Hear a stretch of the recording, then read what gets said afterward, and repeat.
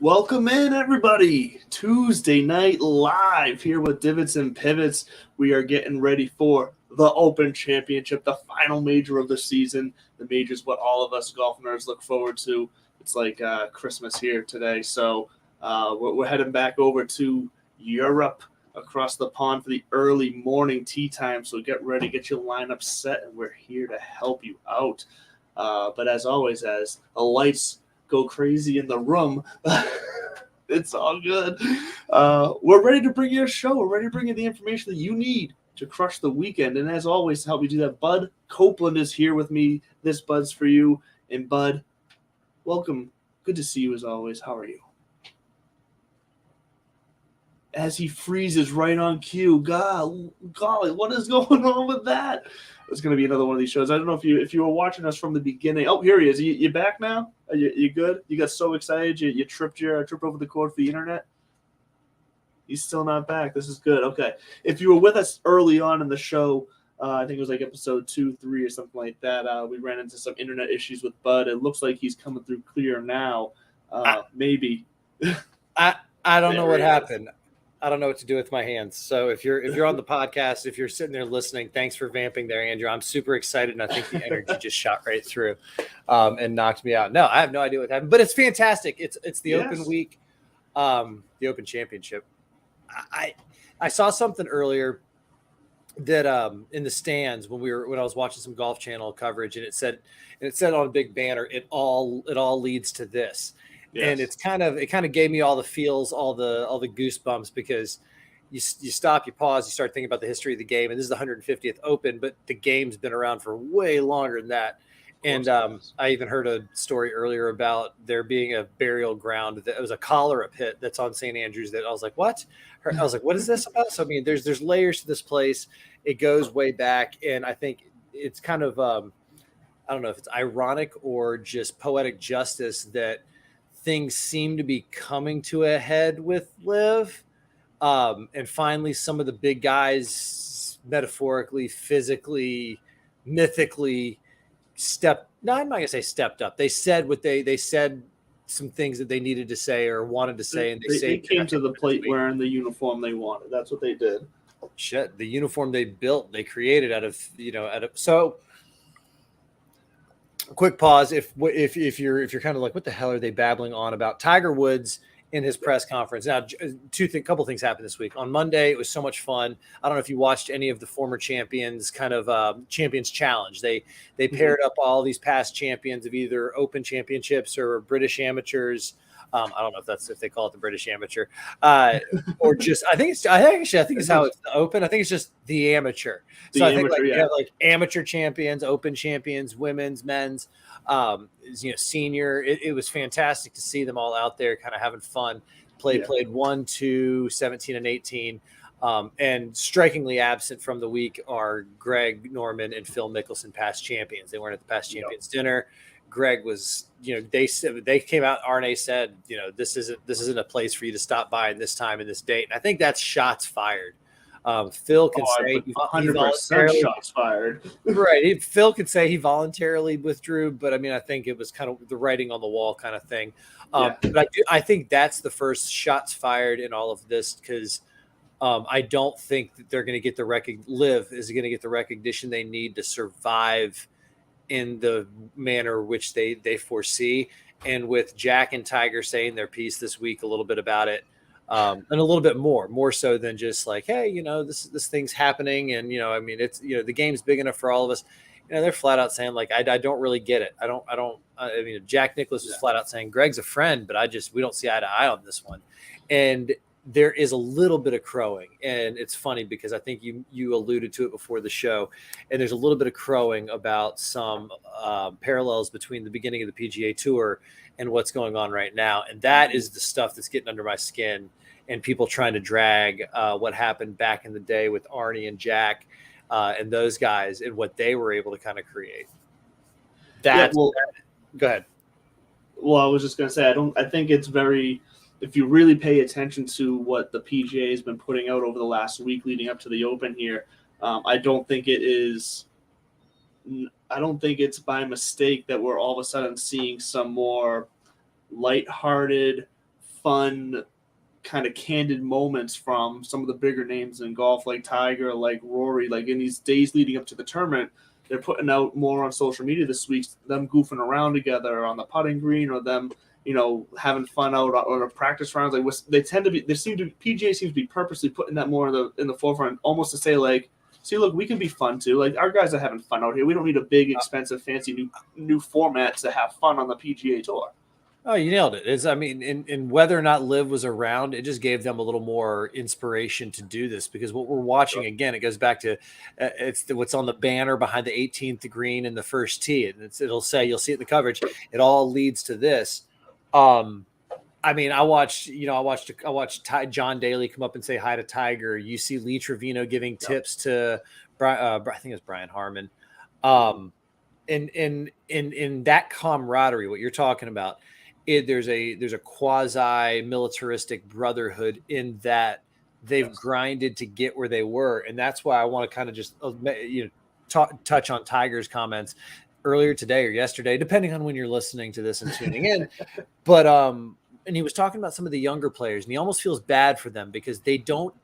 It's almost like you're ignorant is a tough word, but that's always got a negative connotation to it. It does, but I mean, it's the most appropriate term of just lack of knowledge, lack of experience, lack of context, lack of any of that kind of wisdom or again, knowledge to make a wiser decision. He says, quote, I think that, what they've done is they've turned their back on what has allowed them to get in this position.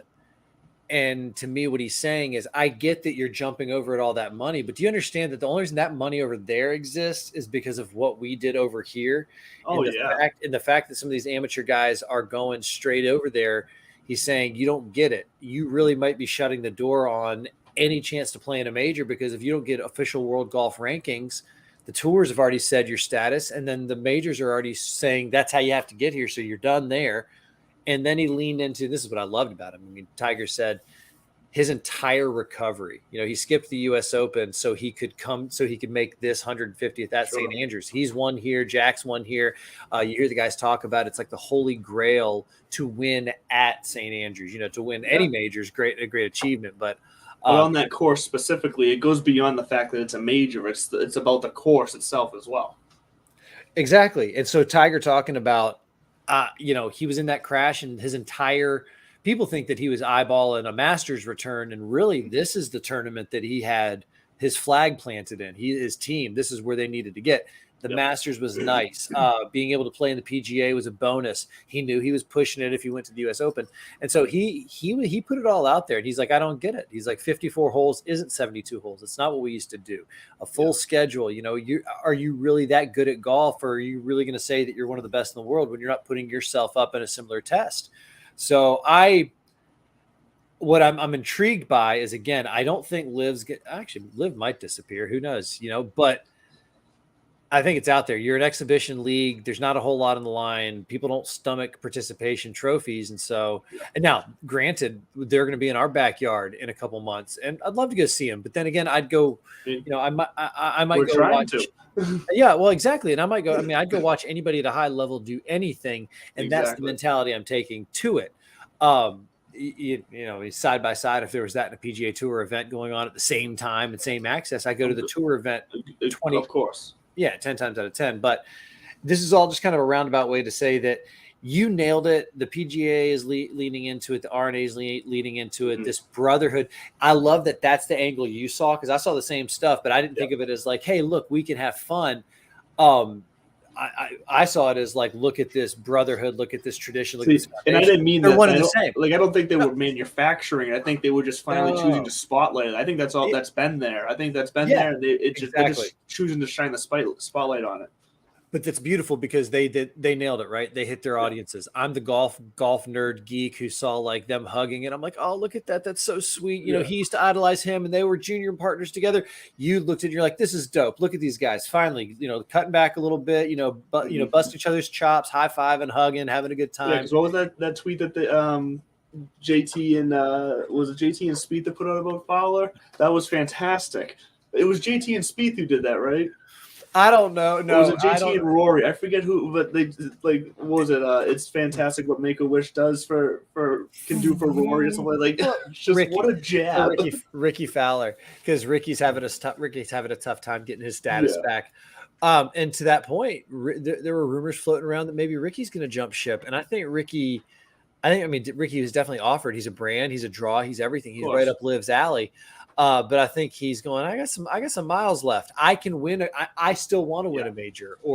And I think that's the key, right? He's Rory been close enough to where he has felt it to where that I don't think that because he hasn't gotten there and he wants to and he's been close at times and he's just fallen off and he's back to chasing now. I think he's got that bug, that drive, that passion in him that he wouldn't walk away from the tour because it might to him feel like giving up. Oh God! Well, he's got runner-ups everywhere. He was runner-up in 2014 to Rory, and so yeah, I don't think he's going anywhere. That was the funny jab. There was another one. There was another going around that it's actually a really sweet picture, and it's a picture of Tiger and the bear, and they're standing on the Selwick Bridge or Swellnick Bridge. I saw that picture too. That was a pretty awesome picture. Did you see that Tiger was stepping on Jack's foot? Oh, I didn't see that. No, was he? I didn't look close enough for that. And Tiger wears spikes. Like he's wearing real spikes, and you can absolutely see it. I mean, it's. I'm gonna look at that again. People are having fun with it. It's one of the great memes coming out of it. But I'm right there with you in the sense that it's just fun to watch these guys cut loose this week, have fun. Yes. Right before they tighten it up. I'll tell you right now, in a couple of hours, it'll be. Practice time, the countdown begins, the tee times are out. There's some really fun groups to watch. I'm excited to 100%. See Max Homa, Tiger Woods, and who's the third in that? Is it Matty Fitzpatrick? It might be, but that's a fun group. Because like I said, Tiger's one of the guys that they were showing up there. He seems loose this week. Like everything I'm seeing with him, he's walking around. He's like he's moving good, but. So he's focused, but not in the way to where he's blocking everything out around him. He's in the moment there. He's enjoying it for what it is on a personal, fun enjoyment level, but he's also realizing like, hey, this could still be another big step for coming back for me. And he seems to have found that balance, which is really interesting to see. And he said in one of his interviews, he knows that this is likely his last real shot at winning at St. Andrews. He's going to, he's got his exemptions and he's going to play in the Champions because they can play until they're 65. Yep. They're exempt, but he knows that it would be, God, I mean, leave it to Tiger to win at his age, at this place, in this time, in this moment, and but that's what legends do. I hate to be cheesy about it or cliche, but that's what they do. Real quick fun fact about the Open at St. Andrews. Obviously, it's hosted it more than anybody else. Prestwick is in second. I want to say, I don't know, somebody's in third at 16, but this is going to be its 30th time going there. And for a long time, it was right on the fives or, every 5 years. And so you go back before this, it was 2015, 2010, 5, 2000, 95. And you've got John Daly in 95, Tiger in 2000. So it's been, you've got big names through the years winning at St. Andrews. But when they were, but you were talking about Tiger being so hell-bent or being kind of, would you say, loose? Having fun, like he's enjoying the moment. I think it was funny. Somebody asked, "Is because are you going to retire?" And he said, "No, I'm not retiring. I don't think that's what he's doing. This is just it. This is my last kind of chance to really snag one more iconic moment that's outside of a traditional major, right?" Like he's changing his expectations after this week. His expectations, what was it? The goalposts are going to be shifted a bit for him. Is what he sees the rest of his career. I don't think the expectations change. I think every time he tees it up, he expects to win. But what you're saying is this is kind of the beginning of that new Tiger schedule of he is only going to play in the majors and maybe a half a dozen other tournaments throughout the year because that's all that he can, that's all his body can kind of handle right now. But he was putting on the putting green. He was messing with Rory. I saw a cool video. That was one of the clips I was talking about. It was awesome. Yeah, they're sitting there and they're busting each other's chops. He told JT, Justin Thomas, he's like, "Hey man, see you at the Champions dinner." And then he just paused and smiled at him. And it's like, oh, and it's a reminder, like cold-blooded, dude. I mean, Mamba mentality for the good. Every single one of them know what's at stake for themselves, but also for each other.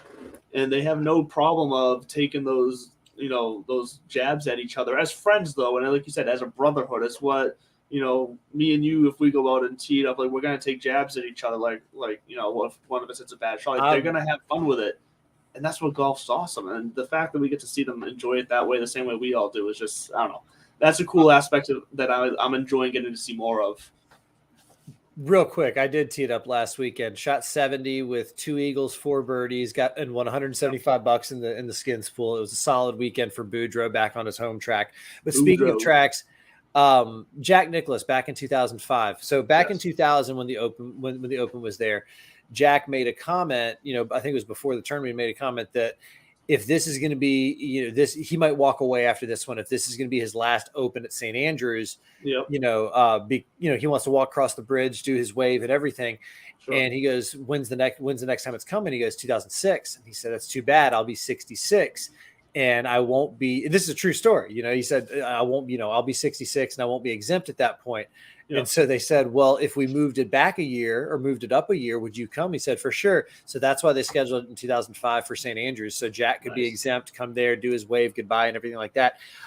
Jack's also, that image of him, one of his images of him winning at St. Andrews is on the back of a £5 note. In 2005, the Royal Bank of Scotland issued, for the only third time in the history of the Royal Bank, they issued a civilian, especially an American, on the currency. I have one of those £5 notes framed in my office. Cool. It was a gift from my mom. It's just the whole week is going to be stories like this and things like that. Where the thing with the claret jug originally, it was the champion's belt. It was a red, looked like a WWE mini champion's belt, and the original is still on display at the R&A Clubhouse. Right next to the original claret jug, because the one that you see everybody handing around is actually a replica. There's 4 replicas. So there's layers to this, and I encourage everyone to geek out a little bit on it, whether or not you're a true golf nerd or even a fan of the sport. This is kind of one of those times. What are you going to do? Watch the baseball All-Star game? Come on. Yeah, you might watch the Home Run Derby Friday night, but that's all right because there's no open coverage there. But I don't even watch that anymore. This is it. And Jack said it in his autobiography too, and that kind of leads into what the keys are for playing at St. Andrews. And he talks about how every tournament is a putting contest to a degree, but that is it when it comes to Open Championship golf at St. Andrews. And he said 100%. That in his he said that in his autobiography. That's the key to winning here. And so why should we disagree? Who are we to disagree? I don't disagree. I'm not disagreeing. It's funny. Yeah, go ahead. Sorry, you go ahead. Well, I was about to just keep going on the course there and try to steer us towards. Perfect. Then you do that because I was going to steer us there. I was going to take a harder turn, but take your nice easy turn. Let's get there in a nice pace. Well, looking at the old course, because realistic expectations, this could be one of those weeks that it is a pitch and putt fest. It could turn into Jordan Spieth said it. He's one of the favorites this week because of his wedge game.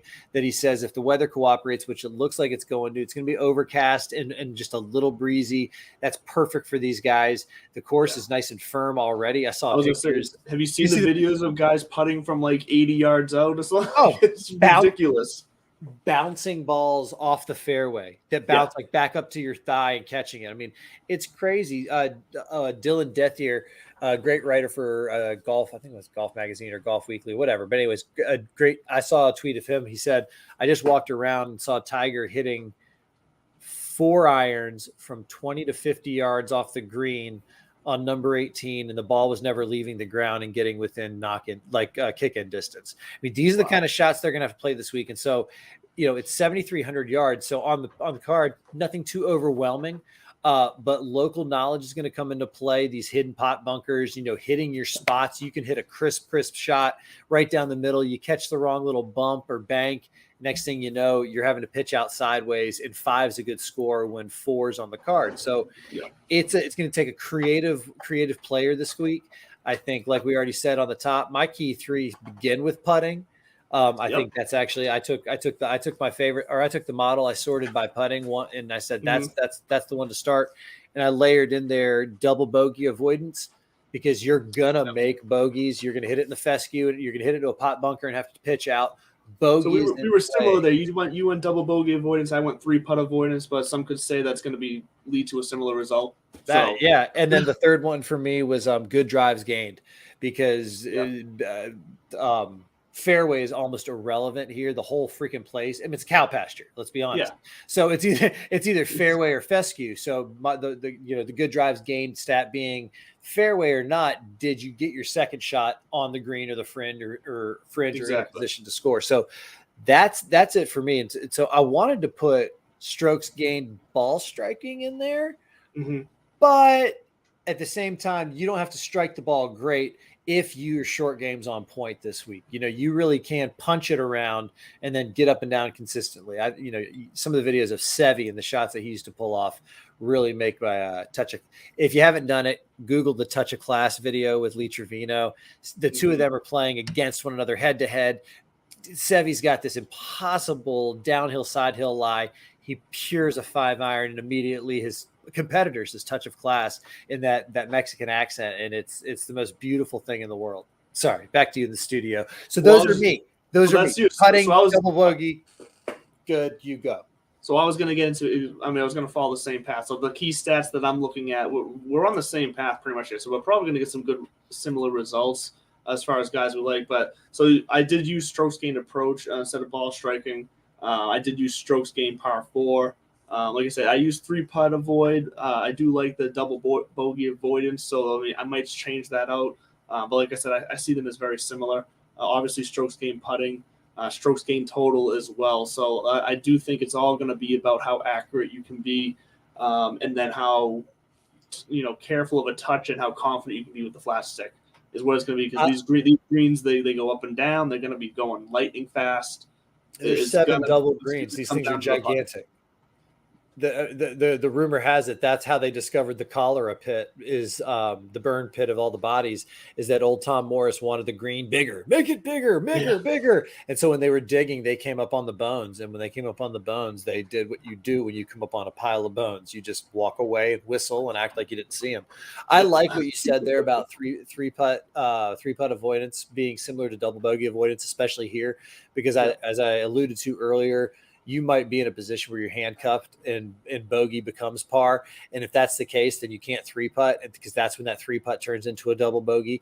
And anytime you 3-putt, it's an unforced error. So I like that, because double bogeys and 3-putts are both considered unforced errors, where sometimes you have to swallow bogey. And it's like, that's going to be the good score because of, conditions, or you get a bad bounce or whatever. So I do like that, that we're seeing eye to eye there. It's always nice to get along, because I hate when you're wrong. So what is a factor in? So I'm going to make a point towards using your key stat instead of double bogey avoidance, which does come into play in this course, is those pot style bunkers that they do have. The double bogey can play into how you are scrambling out of those as well, because guys are going to hit these bunkers. They got steep faces in a lot of cases. So to be able to get out of them and still get in a place where you can avoid double bogey is going to be a factor for some of these guys. And a big base. Steep faces in a lot of cases, and a big base. Did I just say that? No, you said, yes, you did. It was beautiful, poetic even. But you said something that I noticed the gentlemen, ladies, and friends at Fantasy National. Shouts to our friends at Fantasy National for making us smarter. Yes, but when I was looking at least making us sound smarter. When I was looking at some of the research, the sand game came up a bunch. Yes. Your 3-putt stat came up a bunch, but sand game came up a bunch. And it's because, there's bunkers everywhere. You go to the St. Andrews or the Open Championship or the St. Andrews, the Old Course Wikipedia page, and it actually lists out every hole and like where the pot bunkers are. Some of them have names, some of them have stories behind them.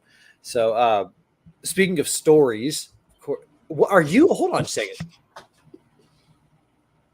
So you didn't have your headphones plugged in yet, but I did say before we started the show that because you're going to be ripping red wine out of a Magnum the whole time. Well, because we're going to a fancy place, I got to be drinking a fancy drink. So we're going to drink the red wine, and I'm too lazy to go get a glass. Are you referencing the Old Course at St. Andrews as a fancy place? You know what? Touche, because as I choke. It's you know what? The R&A is about as fancy and traditional and buttoned up. So I see where you're going. I'm not going to splice hairs, because you are right that it doesn't get much more. And that's what I love, that they told Greg Norman, like, sorry, dude, Yeah. Like deuces. This isn't your place to come and do your, hey guys, I'm back. Like, no, not here. You want to do that at some, lower level event, then have at it. But you're not coming here. This is hollow ground. I saw some. Okay, I'm gonna go ahead and do the stereotypical 2020 qualifying. What should I say? Disclaimer that I do not condone violence nor stalking of any kind. But Patrick Reed showing up on the driving range with a Live Tour hat is the home of golf is just begging for some hooligans, just waiting for somebody to not even hooligans, waiting for one of the other players to just turn on the driving range and just by the way line it right into his shin. It's not gonna be either of that. It's not gonna be a hooligan. It's gonna be some well-dressed gentleman from the RNA who just takes his cane and Nancy Kerrigan's Patrick Reed. So, but speaking of fine-dressed gentlemen, I saw Jack Nicklaus in a white tie with a red kind of cape cloth thing looking, and the man still had tears in his eyes earlier today. And if you missed it, it's another one of those things I'm going to ask you to go Google. And he joined the ranks of two other Americans to hold honorary citizenship, which I guess, I don't know if it's real or not, meaning like, are they actual citizens? But they are citizens now of the St. Andrews Royal Burgh, so to speak. And that's Ben Franklin, Bobby Jones, and Jack Nicklaus. And Jack even said that's why he came back this time. I mean, he was going to come back for the 150th. He didn't come back in 2015. He didn't come back in 2010. He said he didn't want to take the spotlight away from what the tournament is supposed to be. But when this request came, I mean, and he says he's been speechless twice. I'm getting choked up. I'm even wearing my Jack shirt. You have to. Come on. I'm getting a little choked up. He's my childhood. That's who I was looking up to until I kind of bloomed both physically and metaphorically. And then I met Tiger, and it was downhill from there. But Jack said he was been speechless like twice in his life. It was the first time was when he won the first time at St. Andrews, and the second time was today at St. Andrews. And so it's a cool moment.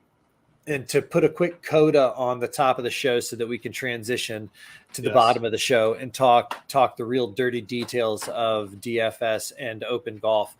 That right there is the epitome of why the tour will live. Why guys like Jack and Arnie, when they did break away and they had a legitimate thing, it wasn't just the money. It wasn't about that. It was about, there was an actual distinction. I mean, it would be like NBA guys consistently playing against, I don't know what the right coaches. I mean, let's say like high school coaches, because that's what we're talking about. We're talking about folks who know the game, get the game, and can convey the game versus masters of the craft. And those are two different schools. And so they wanted to create a place that also fed the PGA of America. The partnership there is strong. We talked about it a few shows back of the creation and how they did have to kind of stand their ground and break away and get some things going to do the deal.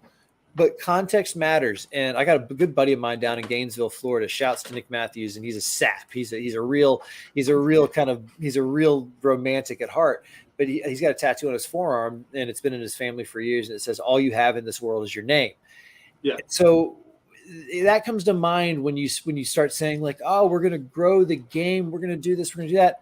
I mean, I'm still not kind of political about it, but I get and understand and can empathize with those who are saying, at the end of the day, I can't see past the source of the funding, or I can't see past the fact that these are participation trophies. So to see Jack wearing his white tie, his red kind of robe, grown ass man, 18 majors.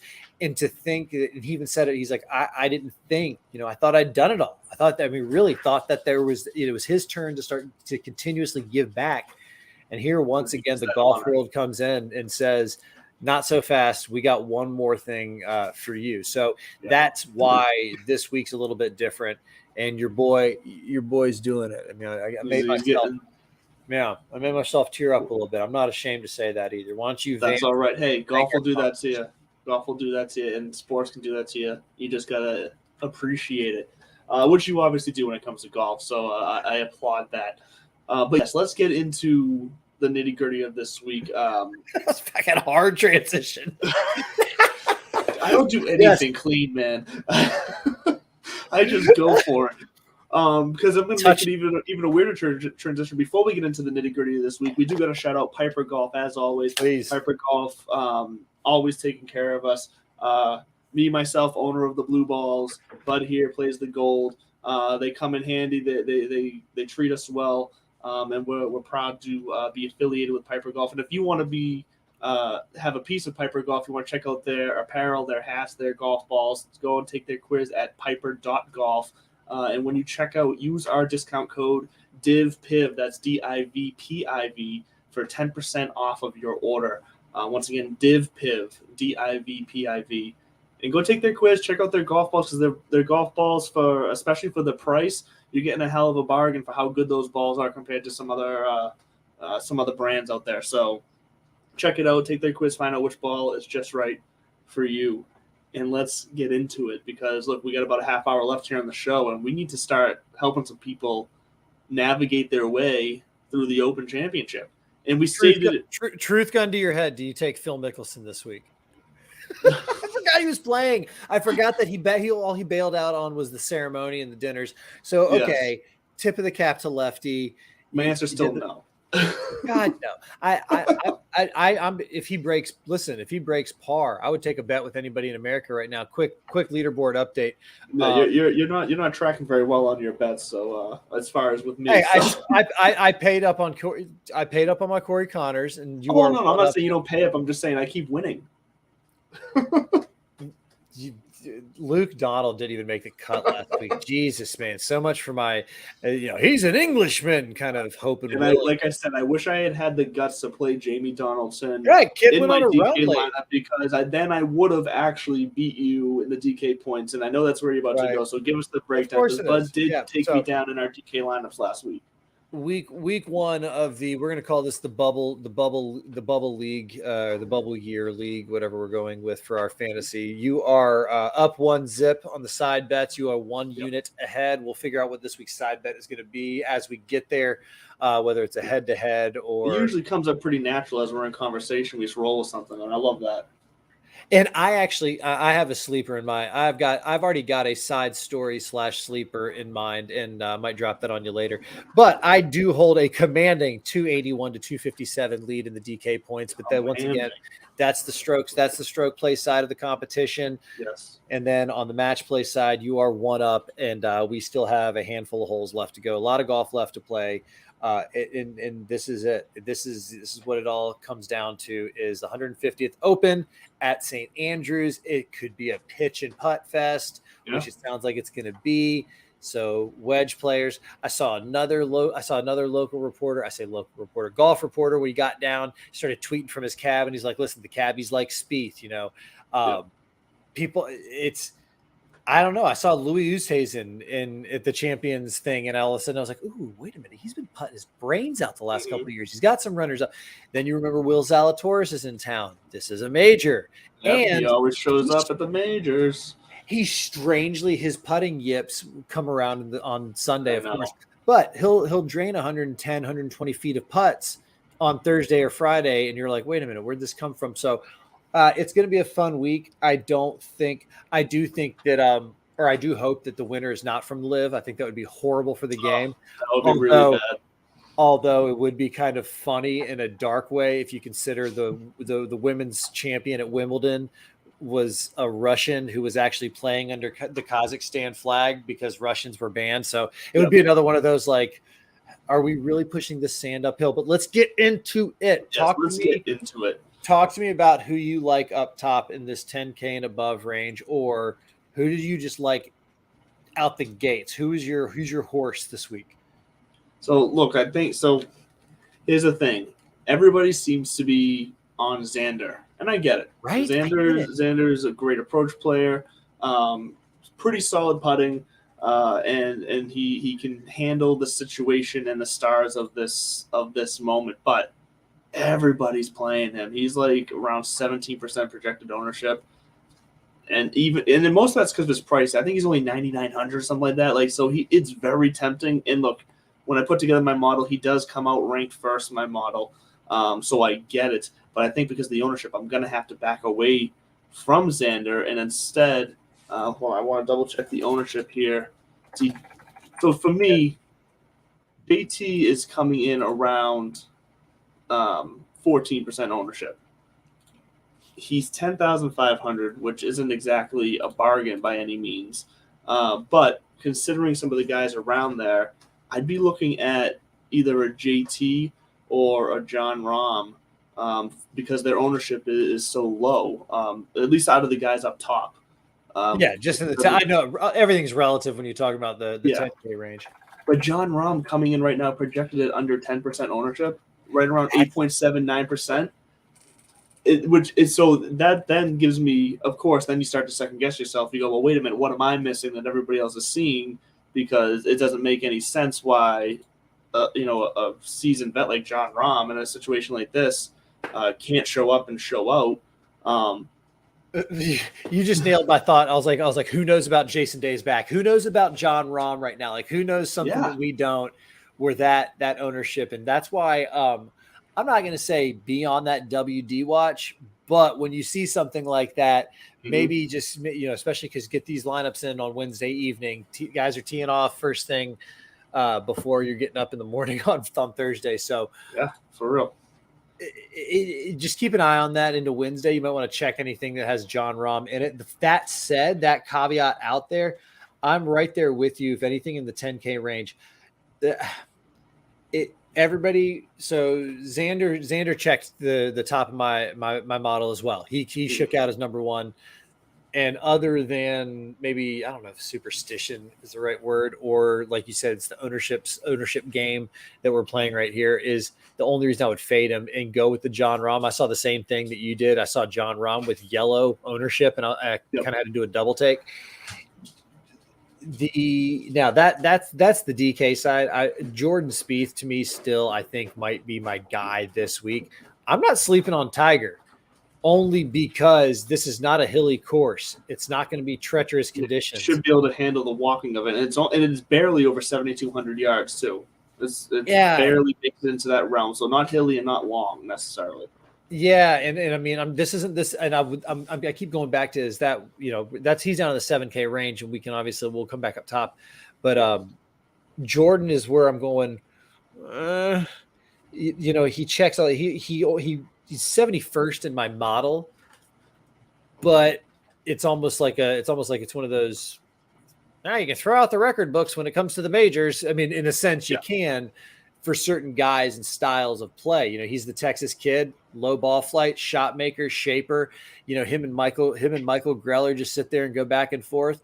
Michael tells him a lie. Jordan believes it and sticks at 6 feet. I mean, that's how their game works. That's how this is set up.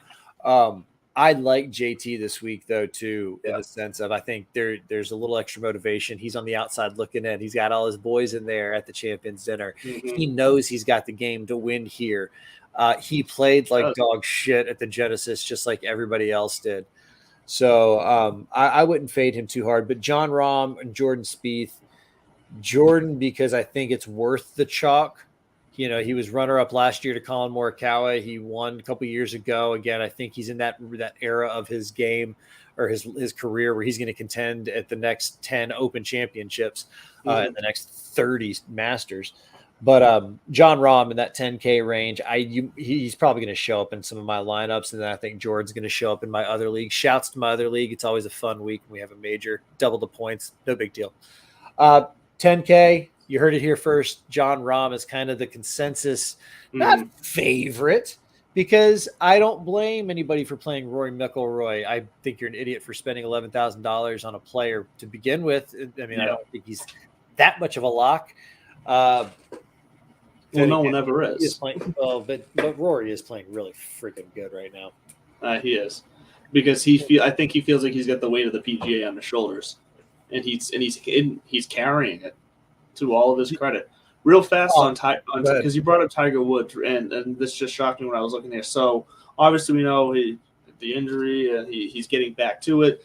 If he is feeling good and he's able to get out there and walk and play, when it comes to correlating courses stylistically, so some other and conditions wise, so courses that tend to play firmer, about the same distance total, somewhat windy conditions, factors that we can pretty much say are going to be the case this week, that we can count on to draw some correlations. So such as your Bay Hills, your Eagle Points, Pebble Beach, PGA West, like some of these courses, TPC Sawgrass, these correlating courses in the last 24 rounds for Tiger Woods, in the field, he's ranked first in strokes gained total, first in strokes gained approach, 14th in three-putt avoidance, 14th in three-putt avoidance, sorry, first in strokes gained par 4, and 33rd in strokes gained putting.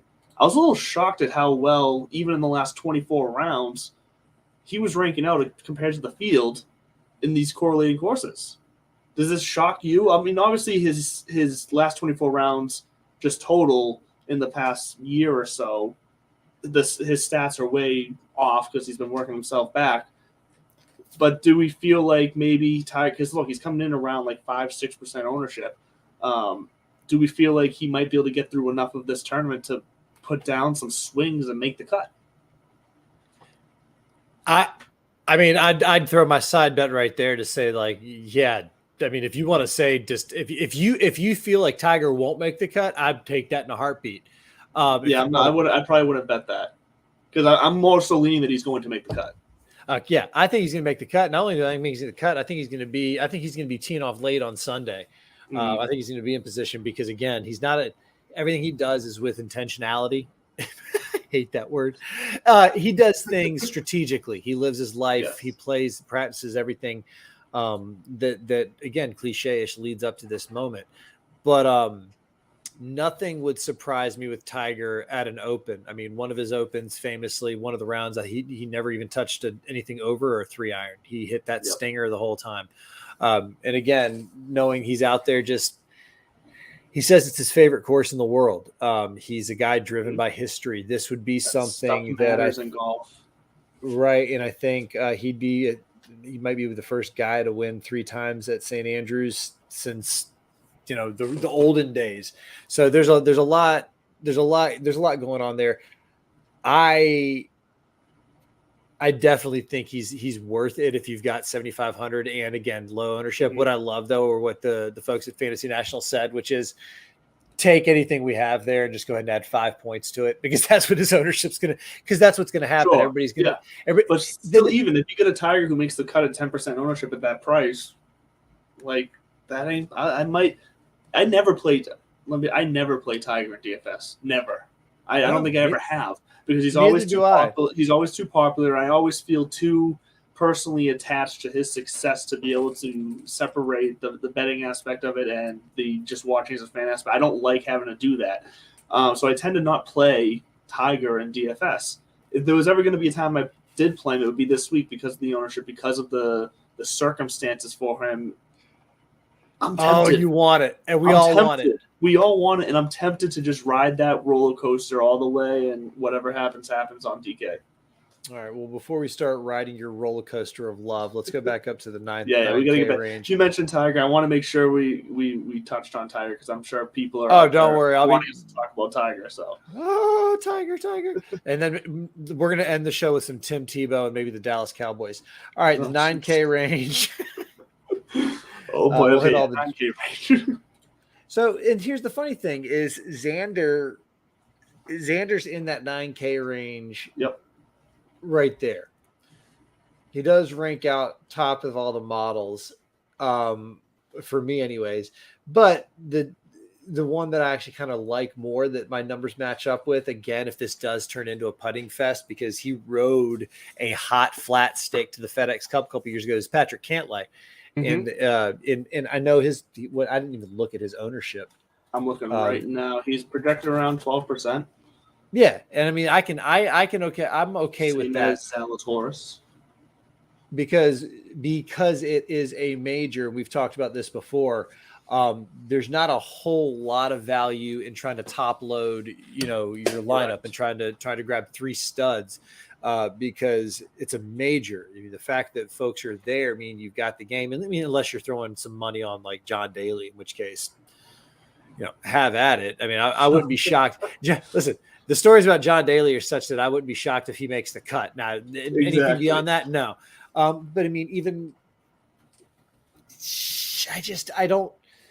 Like, do you think Dustin Johnson? I'm very curious to see what happens. I want to see where his mental game's at because He's got a couple live events. He has been away from his bros and everything. Yeah, he got through the U.S. Open, whatever.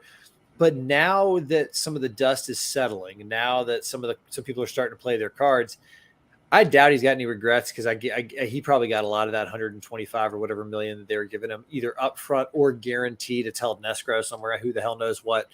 But is that going to affect his play? I mean, when when there are no stakes, he's won a major. He's won a couple majors. He's lifetime at Augusta, the whole bit, which I got a feeling all Augusta's going to say is, yeah, we are going to keep our current entry requirements, which is a wink, wink, nod to anybody saying like, yeah, DJ, you're welcome to come back. Phil, you're welcome to come back. Anybody else?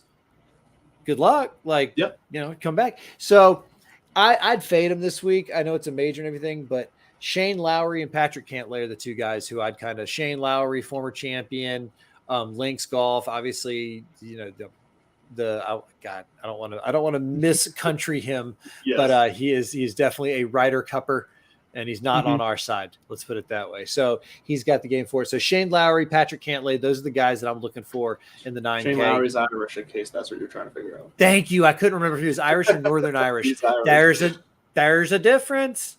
Well, I know there's a difference, but I'm pretty – well, now you make me second-guess myself now, but I'm the one who opened my mouth. I'm pretty sure now you got me second-guessing. No, I'm pretty sure he is definitely Irish. Rory is from Northern Ireland. Yes, I think, yeah. And Rory can choose whether he wants to play for England or Ireland in the Olympics whenever he goes. Yeah, it's kind of a Shane Lowry has the Irish flag next to him, I'm pretty sure. I'm not looking at it right now, but I'm almost guaranteed. Like, yes. Does he have your flag next to him? No. So where I'm going, I am going to Will Zalatoris here in the 9K range. It's like you said at the beginning. It's a major. His putting scares me a little bit. I know we're pushing putting here, but everything else about him lines up. What were you gonna say? Oh, no, my apologies. I was saying mea culpa because I thought I said that. I thought I said that at the I did. Like you did. He's my always bet on Brooks. I already have him penciled into my lineup. Period. So here's where I'm going with the 9K range. I see the 9K range being quite popular. Juicy. It's in these majors, the 9K range tends to be more popular because a lot of people will try to play two of these guys to get more guys in the 7K range down. And there's a larger field of players, not golfers, but a larger field of players on DraftKings playing. So this 9K range becomes popular. So the guys I'm always looking to play in the 9K range in the majors are strictly ownership based that have a high upside, like Will Zalatoris. So like I said, he kills it in all the rankings other than putting. I know putting's important this week, but like we've said, when it comes to majors, he's the kind of guy that can turn it on for a major. Somebody else who can do that, who's ranking out nicely other than in the putting, who's had a good year, is Hideki Matsuyama. He's taken some time out. He's only played like 2 tournaments out of the last 5 or so. So he's been kind of stepping back a little bit, but I think he's here to play this week and bring his best game. And I don't mind a little Matsuyama play as far as the 9K range. So I think I'm going to go more ownership based in 9K and play Willie Z and Hideki. I see your Willie Z, and I like that. I've always enjoyed looking at your Willie Z. But Hideki might have a touch of the Jason Day. He might be on the Rom watch too. He's a very risky play. I don't think it's risky if he's playing. That's my point. Is just be on that Wednesday night. Yes. Check the Twitter sphere, check the WDs, and make sure he's alive because I like you in the Willie Z, and I didn't even think about his ownership because, like I said, he's replaced Brooks in my brain for he's under 10%. Both Hideki and Willie Z under 10%. Right as of right now, could change. I like that 8K now. Yep. Right now, you go with your 8K, and then I got. So the main guy like in 8K right now is I'm liking me some Tyrrell Hatton. He ranks out. He's had a good enough year, but he crushes it on correlated courses for me. And he's a good enough putter in both aspects to where I think Tyrrell Hatton can show up and show out this week. And I believe his ownership was also it was around 8-9% projected ownership right now. So yes, you can, as Fantasy National says, you can probably add 3% or 5% on top of the ownerships to get a more accurate, safer idea. But still, if I can get him under 12% ownership, I wouldn't mind Terrell Hatton at 8,700. And then somebody else who also can show up in these majors and courses like this would be Sungjae Im as well. I like Sungjae Im. Tony Finau is getting a lot of love this week, and I could see him doing well if he's putting well, because he's a bomber, but he's also a guy who can hit those little low, like he can flight the ball and hit it a mile on the ground. And so if he's finding his lines and he's seeing it right, he can push it around there. I'm not going to put any love there just because of the spotlight put on him. I like your Terrell Hatton. He's top 5 in putting, and he's a head case, but that's just how he exercises his demons on the course. But I'm going right above and right below him with my attention, and Tommy Fleetwood and Louis Oosthuizen. Okay. And let me tell you why. So first of all, Louis being, again, I said it earlier, and that's what they call foreshadowing in literature, is when you to say something and then you're going to. Yes, you nailed it. So, anyways, Louis has been he's a better putter now than he was in 2010 when he won here, and so past champion. His ownership right now is at 8%, 9%, which shocks me because he's also a he's a top 10 machine when it comes to majors. So I like me some Louis in the 8K range, and I also like me some Tommy Fleetwood, really just because I think the ownership is going to be okay. I think he's in single digits as well. I think he's around 8 or 9%, and obviously familiar with that course, and he checks the boxes on the skill set. So he ranks out, I think, 24th in my model. So that's enough for me. If you're top 25, and you're not too chalky in a model, you're worth giving it a shot. I hope Brooks shoots 85 and goes home to his beautiful wife. Corey Connors got slapped around by the conditions last week. And I think it's this might be, I'm going to have fun watching him, but I don't know if ball striking is going to work alone here. You got to be able to shape and be creative. So, and then let's go 7K. Yeah, we got to go a little rapid fire here as we're up against it here, as they would say. So yeah, 7K. Hit me with some 7K guys. Well, I told you earlier, and it still rings true. I like Tiger. I like Tiger this week. I think if you've got room in your heart for it, take a shot. Christian Bizet. Oh, you nailed it. That's exactly who I was going to go at here. So we're in agreement there. He's on a little bit of a hot streak. He fell off for me last week, but and JT Poston, just because, again, current form, motivation. You're jumping on all my plays. Well, you get a win under your belt, and the math checks out. But you get a win under your belt, and I got one more for you in the 6K. But you get a win under your belt. And that's the recipe for I'm good enough to be out here and do this. And then the last one, my kind of sleeper for the week, is Keith Mitchell at 6,900. And let me tell you why. I can't after last week. I can't. I know you can't, but I just can't. So it's so actually, you know what? Talk to me about 7K real quick. There's 7K. You literally said all the guys I was going to talk about. We're in 100% agreement in the 7K range. It's for me. It was Zudenhout. It was Woods. It was Poston. Like, those are literally the guys I was going to bring up. They are all in my lineup right now that I just quickly put together. I don't want to say quickly, but the lineup that I just made sure worked mathematically on DraftKings. They're there for me. Woods, Poston, and Zudenhout. Did I say that name right for once? It sounds like Bazudenhout. You might have gotten it right. I don't know. I don't know. All I know is I turn around. He's either dunking chip shots or draining birdies. He's a fantastic putter.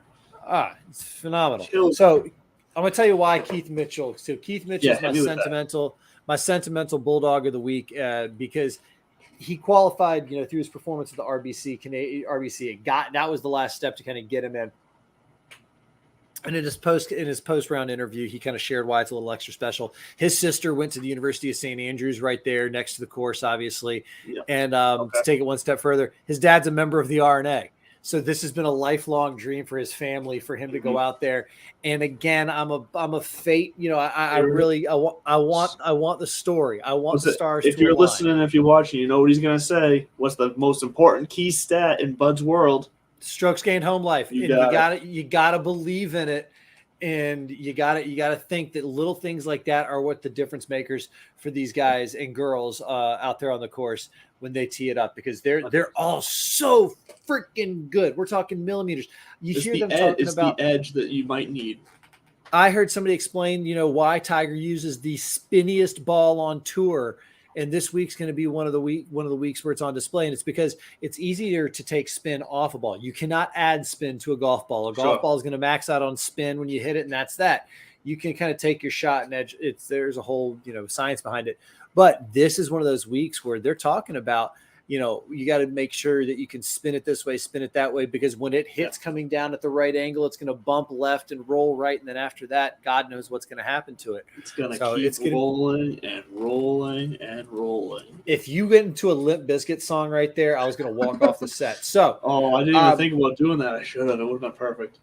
So I can't put you on the spot. If we figure out a side bet in time. Well, I was going to put you on the spot on the Keith Mitchell. We agree. Look, we agree. We'll come up with something, but we agreed too much this episode. It must have been extremely boring for you to listen to. But I'm kidding. But we agreed a lot on this episode, which I think should give people some good confidence with our picks here. But we'll come up with something fun. Well, listen, have fun this week, my man.